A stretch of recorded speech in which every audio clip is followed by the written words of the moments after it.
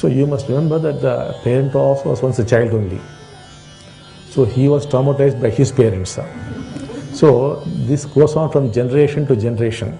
It could have happened to your great-grandfather, from him to your grandfather, then your father, then to yourself. So it gets transferred like that kind of behavior, that kind of attitude, and it goes on.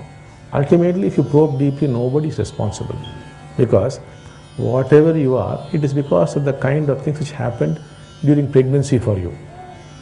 Basically, it starts with what thoughts your parents had before conception, during the act of conception, and what happened in the womb, which we call the 4 baskets, and what were your mother's thoughts when you were in the womb, what were your father's thoughts, then as you are being delivered, what was your response for the delivery, and then after delivery, what happened, what comments they made, all that is registered in your unconscious, which we can go back and see.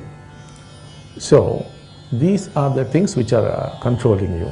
So you have no freedom, your father does not have freedom, nobody has got freedom. There's no free will at all. But we have the illusion of free will. Therefore enjoy it. You think you are free, enjoy it. But the truth is, you are not free. But you can't do anything about it. That's all there is to life. But if you understand it, you'll get some freedom. And it is possible to change some things. That is, we can change the script. Of course, it must be done in a process, but otherwise we are controlled by this program.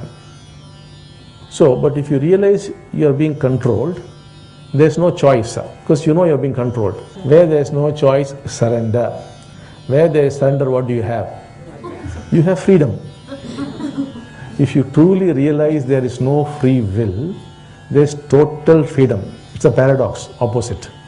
If you think you have a free will, then you think, okay, I should do this, I should do that, you're confused. Suppose you go to a supermarket and you find a number of soaps there.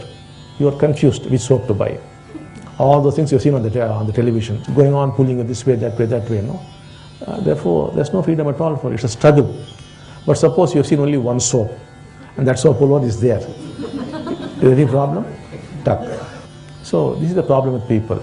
So don't forget this, where there's choice, there is no freedom. Where there's no choice, there is freedom. And no choice means you realize there's no free will. Just flowing. Life is, you did not choose where you are born, you did not choose your job as you imagine. The program made you do all those things. If you realize that, you are a free person, you are liberated, you are a mukta.